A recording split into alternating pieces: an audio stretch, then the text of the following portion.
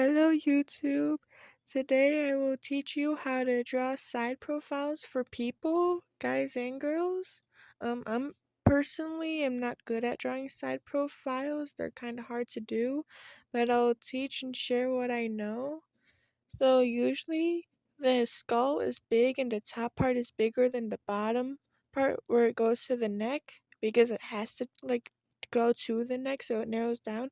So you start with two big circles or any size circles, and they have to be about equal.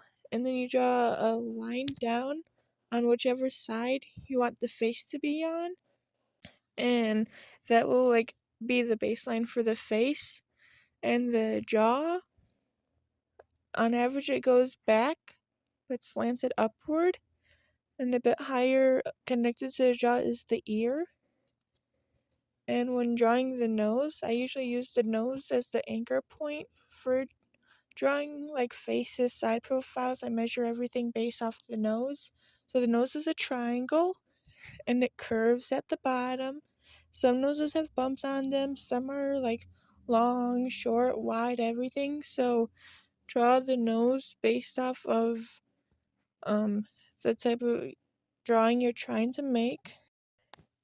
When you have your nose drawn and the amount of curve you want, the nostril goes on the side behind the nose bump, and it doesn't go that far into the face, just enough for the hole to show.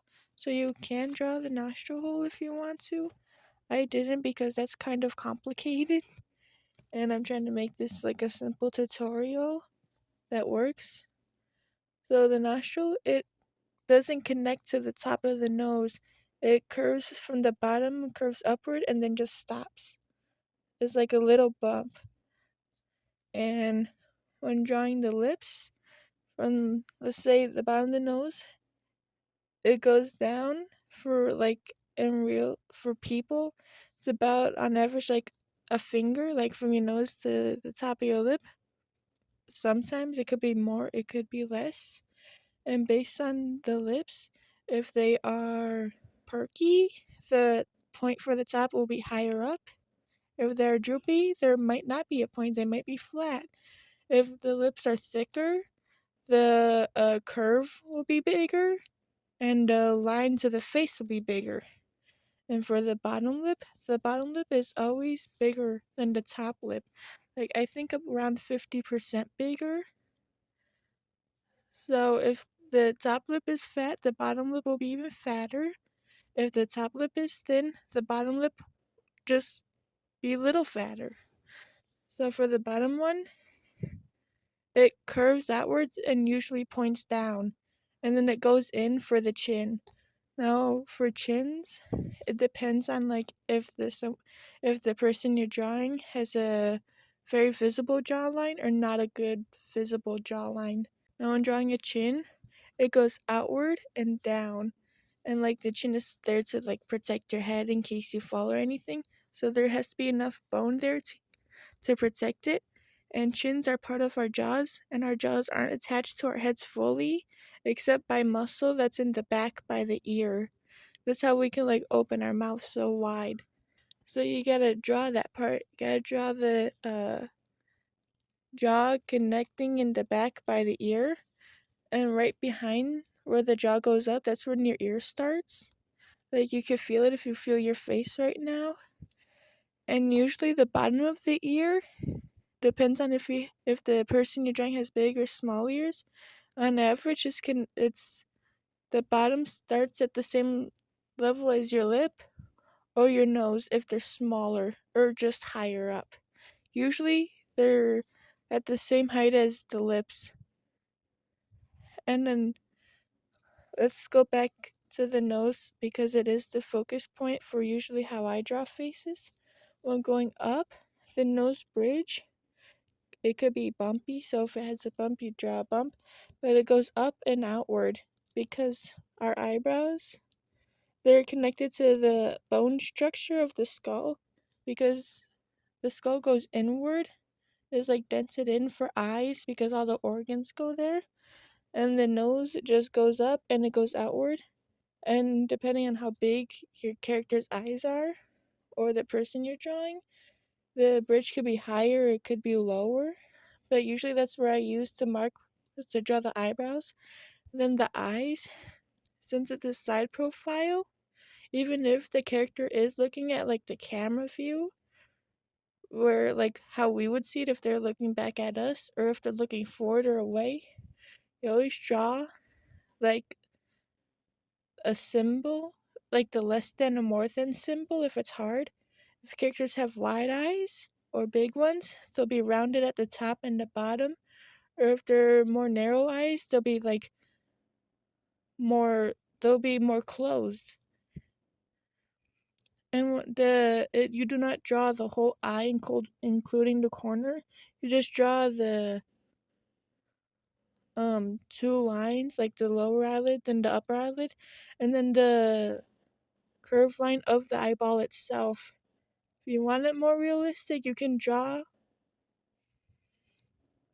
the inner corner of the eye, and it wouldn't be very visible because of the angle of a side profile.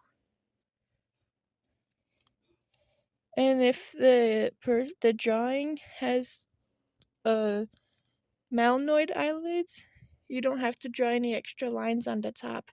If they have double eyelids, you could draw one crease in the middle, or lower or higher. This all depends on features of where the eyelid folds.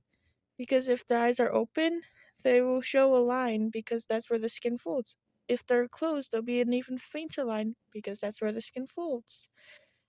From the eyelashes, when drawing a side profile, the eyelashes go forward instead of backwards, like in a traditional drawing of a person looking forward. So you draw the eyelashes going out and forward. You could draw them as thick or as thin as the character is, depending on how thick their eyelashes are. If they have long, thick eyelashes, they'll be longer and thicker. If they're shorter, the eyelashes will be shorter.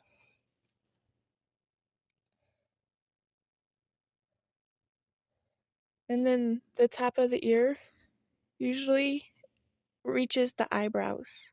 So from a line straight back from the eyebrow to the ear, that's where it is. Or if they have shorter or smaller ears, it could start from the eye, the corner of the eye going back.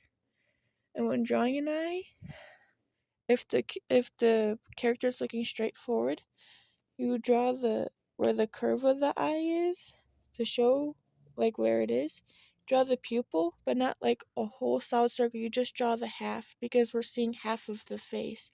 Then the iris, you draw a bigger like half a circle behind it.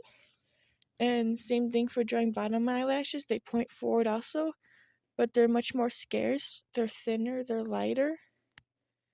And there's a line underneath the eye. It's like right underneath the water line. Usually people have like a wrinkle there because of opening and closing their eyes often, or from smiling, anything like that. Or some people don't have a line there. It truly does depend on your person.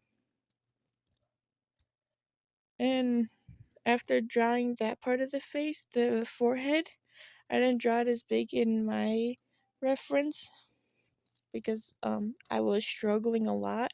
But the forehead is kind of big. Like it needs to be big enough to hold hair. And for females, on average the face, all the features are closer together, so the head it's not shorter, but it's like smaller. And for guys, their faces are elongated, so all the features are farther apart or longer. And depending on the features, if you're drawing someone who is, let's say, if you're drawing a white person, they'd be like the stereotypical drawing features you'd see. If you're drawing someone who's Asian, their faces might be a little flatter or a little more defined. If you're drawing someone who's, let's say, African American, the bottom of their face will be more pronounced and their nose will be flatter and wider. So you could draw the nose, instead of going straight out like a triangle, it could be going downward a little more. And the nostril could be like either a little bigger or a little farther back. And the lips would be more pronounced, and the chin and jaw would be more pronounced. And let's say you're drawing a guy and you don't want to draw any of that, you could just cover it all with facial hair. Usually for a mustache, it grows from the whole space between the top lip and the nose. So lips themselves do not grow any hair, but the space above does. So if they have like a mustache, that's just the average mustache, it'll start growing from underneath the nostrils, maybe like half a centimeter under the nostrils to the lips, and they'll go outward and keep going at the corners of the mouth. Then a beard, it can start at the bottom of the lip, but it usually starts a little under because when hair is growing and there's roots, the roots don't show as bright. Beards usually show brighter because there's layers of hair. And then they could go back, cover the whole jawline, cover the neck. There's sideburns that could cover the ears, and it could connect to the jaw, and it connects to the hair. And if the person you're drawing has a double chin, you don't make the chin as defined. You could combine it more into the neck, more like a slope. And if they have a weak jawline, then drawing the jaw by the ear, it won't be as pronounced. It'll be more slanted. It'll be more faded.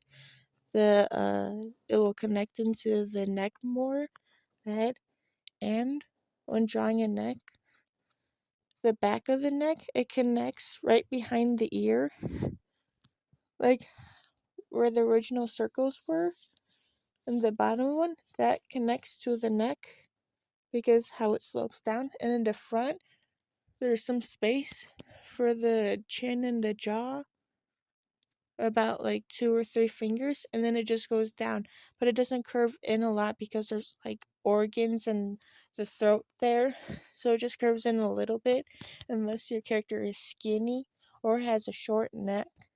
Also, features will look different based on the expression the person you're drawing has. So if they're smiling, the top of the face will be a little more smushed, like the bottom eyelid. The nose will be pointed up more, not the tip, but the nostril area. The chin and the jawline, they'll be a little tighter because it's going upward. And if the character is frowning, the eyes will be droopy, so will the eyebrows and the cheek, all the muscles connected there, and then it'll just point down into the jawline, so that might be lower. So like moving one part of the expression might affect all the other parts of the face because all the muscles are connected. Yeah, I hope my tutorial was useful. I hope it worked. Yeah, see ya.